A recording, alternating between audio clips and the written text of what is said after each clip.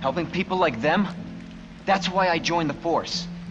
You can't save her. You can't save anyone. You haven't changed. You just think you have. What makes someone a good person? Is it strength, or courage, or being particularly skilled at a specific talent? Or is it about how you treat others? Personally, the best judge of character I have seen so far, both on screen and off, is how someone treats people that are different to them.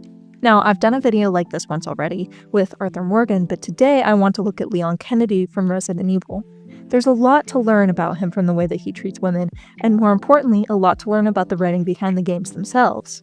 To start with, there's a lot of content that Leon's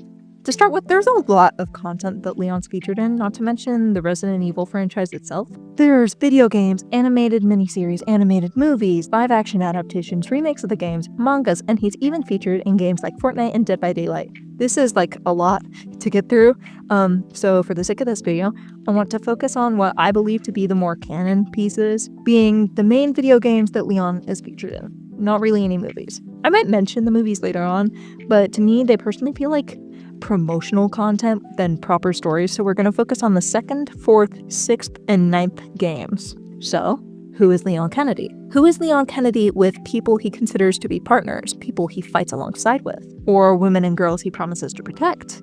Or, most interestingly, women he finds himself fighting against.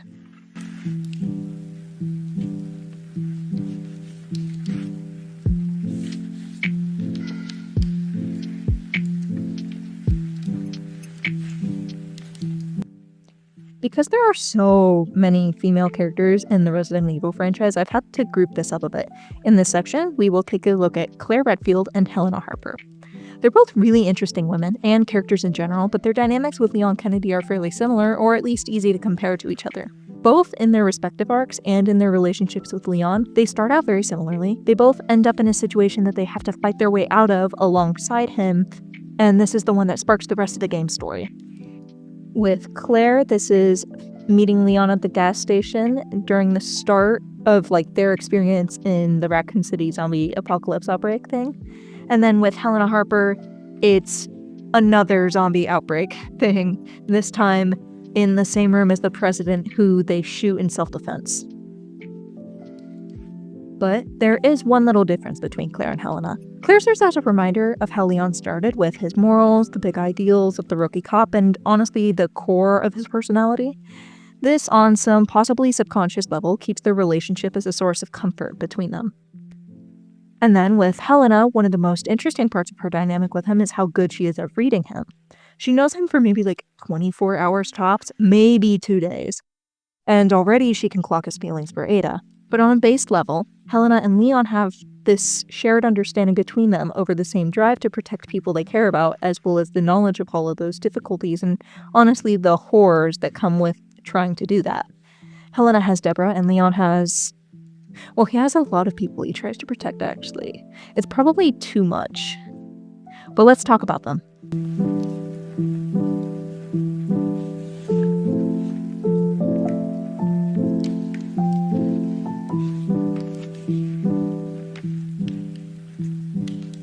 There are 2 women, or girls maybe, because they're fairly young, that Leon obviously works towards protecting, and those are Sherry Birkin and Ashley Graham. On one hand, Sherry Birkin is the fundamental catalyst of Leon's forced career in the first place. He only becomes a DSO agent under the threat of Sherry being killed after the 2 are found post-Raccoon City. Then, with the 6th game, there's clearly a level of trust between them that no one else can beat. Sherry pretty much sacrifices her job because she trusts Leon so much, and then on his side, he's just happy to see her safe, and that someone else is helping keep her that way so he doesn't have to worry about her anymore. And then with Ashley Graham, it's pretty similar, but there's more time spent between them in the game. He doesn't just physically protect her from all of the attackers that they face, but he's also a source of companionship and even emotional comfort for her when she's overwhelmed and scared. They get along really well, even despite the circumstances. Ashley also serves an important purpose for Leon, too. In the grand scheme of his story, she works as a figure of redemption for him. Up until this point, he has yet to successfully protect really anyone. I mean, yeah, Sherry's alive, but there's no confirmation of whether or not she's safe by the time he's in Resident Evil 4. And then there's all of the people in Raccoon City that died, not to mention the failure of Operation Javier. So when he keeps Ashley Graham safe and helps her escape from the cultists in Spain, he redeems himself for those things that he views as failures. Where does Leon's story go after this? And after Resident Evil, too. Upon writing this, Resident Evil 9 comes out next week. I'm so excited. Oh my god. But from all the trailers and all the information that we have right now about Requiem, Grace Ashcroft actually seems to fit in this group better than any other one. From the few scenes we have of Leon and Grace together, it actually reminds me a lot of Ashley and Leon's dynamic. He's there protecting her across multiple scenes. There's a clear skill difference in both his level-headedness and then their combat skills between the two of them. However, at the same time, I could see the possibility of similarities between Ada and Leon in Resident Evil 2, and then Grace and Leon in Requiem. You know, FBI agents in Raccoon City and all of that. If you have any other theories of what Grace's storyline or arc is going to be like, feel free to mention it in the comments. But before we actually talk about Ada, there's one more overlooked character that I want to talk about first. I've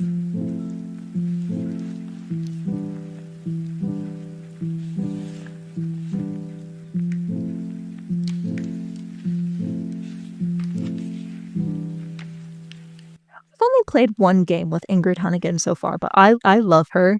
I love her glasses too. I love them. Ugh. But I'm not often a big fan of the guy in the chair trope, but Hunnigan's an exception from this. This is most likely because of the professionalism. I feel like this trope often tends to have some weird flirting, sexual harassment in the workplace dynamic, especially if it's like a mixed gender duo. And on top of this, the guy in the chair 99% of the time is a minority. Lester in GTA is the only disabled character in the whole game. There's Ned in Tom Holland's Spider-Man movies being Asian, and Barbara Gordon in Batman only becomes the guy in the chair after being paralyzed. It's a way to hide disabled characters' disabilities while still including them in some way, it feels like, at least to me. Or it's a way to have a racially diverse character without, like, them being really included in the plot. I'm personally not a fan, and, you know, Hunnigan isn't too different from this since she's one of the only black characters in the entire Resident Evil series. She's also the only black character that's featured across multiple games. But I don't think that's a flaw on Hunnigan's part. I still like her. I really like her. Well, they have a pretty sparse relationship in Resident Evil 4. She actually ends up being pretty important to the plot in Resident Evil 6.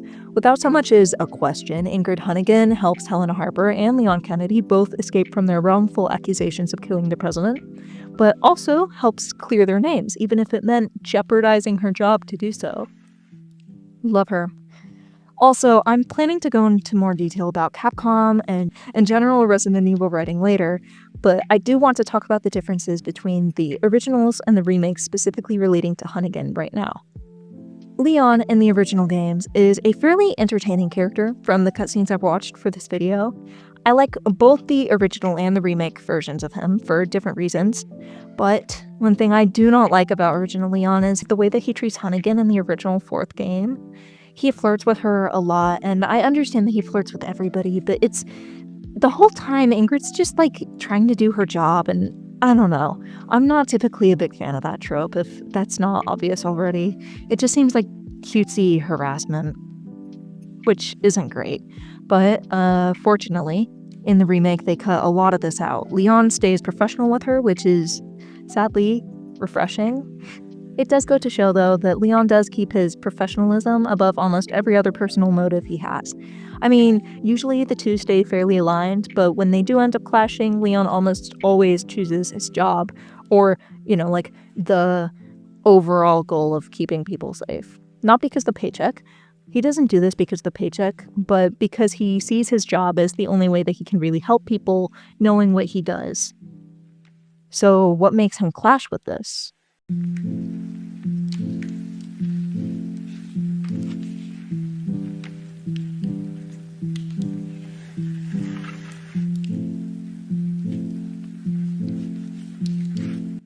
I think the most obvious source of inner conflict for Leon is Ada Wong. Unsurprisingly, she's the closest he gets to a love interest, and I personally really like their dynamic from a writing perspective and in general. Specifically, I really like the reversal of roles between Ada and Leon. She gets to wear the pants between them, to put it simply. It's not like there's a direct power imbalance between the two of them, but Ada has much more agency than I typically see women have in genres like these, and just in romance. I like it. They also fight really well together, and this actually says a lot about Leon too, because when they do fight together, it's most often with Ada providing him cover from a distance or joining in later to support him when he needs it. Meanwhile, when Leon wants to help Ada, he most often does so by directly shielding her with his own body. He seems to have little to no problem being a human shield to protect people he cares about, and by God, does he care about Ada. Whatever you think about their relationship in the story as it is currently, it's obvious that he has feelings for her. He just puts his work and his morals above that. He won't enable her, but he also won't actively hurt her. Then on her side, she's done wrong by him in the past, but she also repeatedly protects him, even when she doesn't have to, and even when it inconveniences and puts herself in danger. It's a really interesting dynamic, honestly. Above anything, the most notable part about their dynamic, though, on Leon's side, is that she serves as a symbol for a very intriguing weakness for a character like him to have: empathy and love. It's to the point where he's very easily fooled by the doppelganger version of her in Resident Evil 6. Carla, a woman posing as Ada Wong to frame the woman for bioterrorism, among other motives, isn't really discovered by Leon for much of the story, so he treats her just as he would treat the actual Ada Wong. So even though he thinks she's guilty of bioterrorism and ending 70,000 lives, he still keeps Claire Redfield and everyone else from harming her because she's still worth protecting. She's a key witness, and more importantly, she wasn't in charge of this job to him when he's in this moment protecting her. So to him, in this moment where he's protecting her, she deserves due process. Honestly, I don't get why Resident Evil 6 gets so much flack from fans. It's definitely way more bloated and way longer than it needed to be, and it's not as creative as some of the other games in the series, but I personally find it really cool still. If you dislike it though, please tell me why in the comments, because I haven't played it quite yet, and I don't know if I will because everybody talks so much trash about it. But I'm curious, is the gameplay that bad? Is that why? But anyways, like I said, Leon's moral compass is most obvious when he interacts with women on the other side of the battle as him. Women like Ada, Carla, and even Annette Birkin. They all get protected by Leon in some way, because he doesn't see killing as an acceptable source of justice for him to dish out unless they make the first blow. Obviously, he can't take fully evolved William Birkin or the Tyrant into the US justice system or whatever he plans to do with these people, but, Annette Birkin doesn't exactly deserve to be shot point blank to him. Even when Birkin, the scientist behind Raccoon City and its outbreak in Resident Evil 2, is bleeding out, his first instinct is to try and give her first aid. He's a protector, not a killer. That's why he's such a shining example of a knight over a soldier. But honestly, any amount of talking could make someone seem like a good person in a vacuum. So let's compare him to some other men in Resident Evil.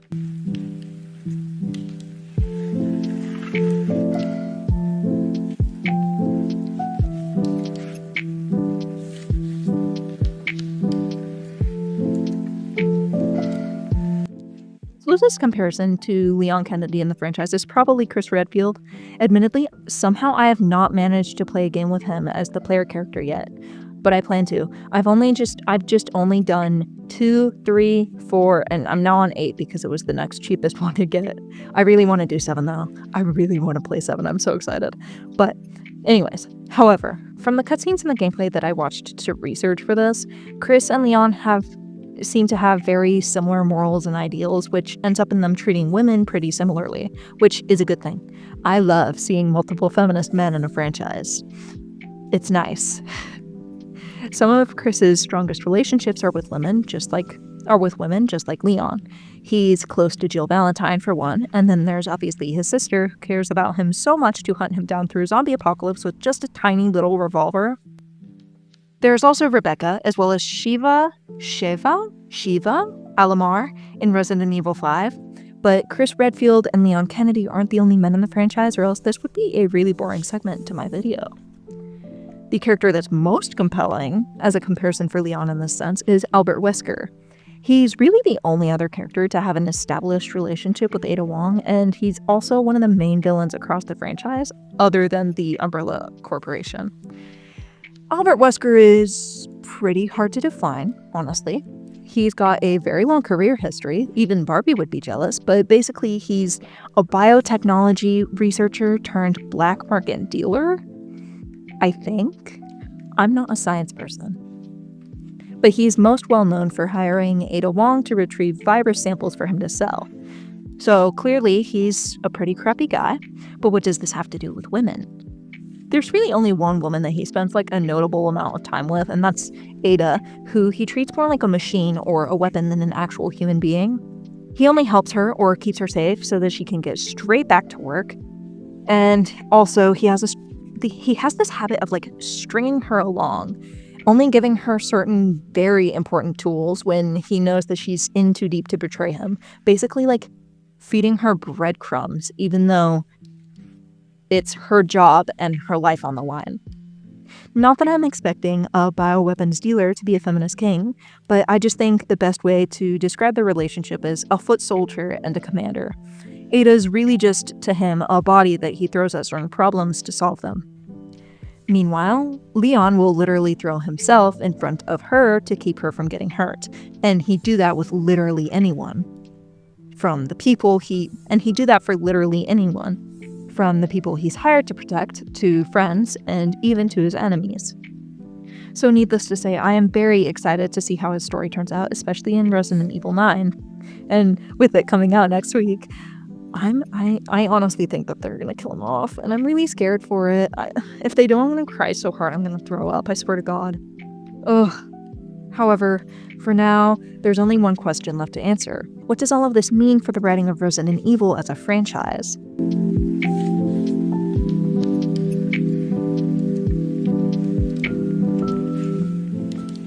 There's a pretty big debate in the Resident Evil sphere over whether or not the remakes are truly better than the originals.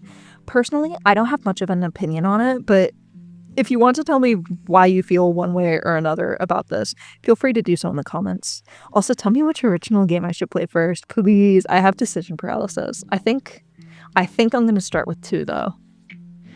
But between the 2 sets of games, I will say that I much prefer the way that the remakes treat women. This isn't to call the originals sexist or outdated or whatever. There are still plenty of games made today that treat women the same way that the original Resident Evil games did. However, I think that this consistent change in the way women are treated within the stories is definitely a good sign, one of progress. For example, I already talked about Hunnigan. As much as I love Leon's very funny and entertaining personality in the original games, the way he treats her kind of throws me off. It feels more like workplace harassment than jokes, if that makes sense. She's not the only woman to be treated more kindly by the writing either. I think the best changes are given to Ashley Graham and Ada Wong. From their clothing to their behavior to even their personalities, it's pretty much clear that the remakes take them much more seriously. And also, why is Jill Valentine wearing a miniskirt in the original games? And I've already gone on a whole tangent about Ada Wong's thigh-high slit dress in the original 4th game, which I also hate. But Ada Wong is also probably like one of the most obvious examples of the less than stellar way that the original games treated women. She goes from this glaringly racist caricature of Asian women to a pretty well-rounded character, especially when it comes to how they present her. Ashley Graham has even bigger of a change. There's much less banter between her and Leon, and while some people say that their relationship in the original is more of a sibling dynamic, which is sweet, to be fair, I don't think that's completely negated in the remakes. There's just less weird comments about Ashley and less flirting, which makes Leon seem like he takes his job much more seriously, which is good.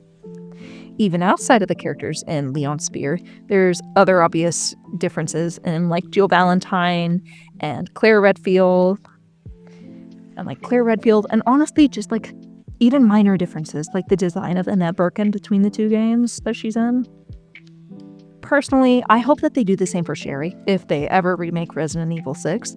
Helena's writing is fantastic, but like Sherry, there were some scenes that made me grimace. This is our first look at her since she was a little girl, and I really don't want to see her scantily clad in that, like, what was it? Was it like a bandage scene? Or towel? I'm pretty sure it was a bandage. Like, I don't know. Some of the scenes just felt like weird fan service and borderline predatory, and I hated it. But like I said, the remakes have me hopeful. Even with all of the issues with Capcom and the video game industry in general, it is refreshing to see such a large franchise make genuine efforts in taking their female characters just as seriously as their male ones. Bare minimum. Yay! But regardless, if you enjoyed this video, feel free to subscribe. It really helps me out. And like I said, I made another video about this.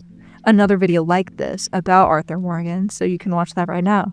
If you want me to turn this into a series, though, let me know what other characters I should do this for, because this is so fun for me, I swear to God. Maybe I'll do one for, like, Detective Cooper in Twin Peaks or something. I don't know. But anyways, thanks for watching.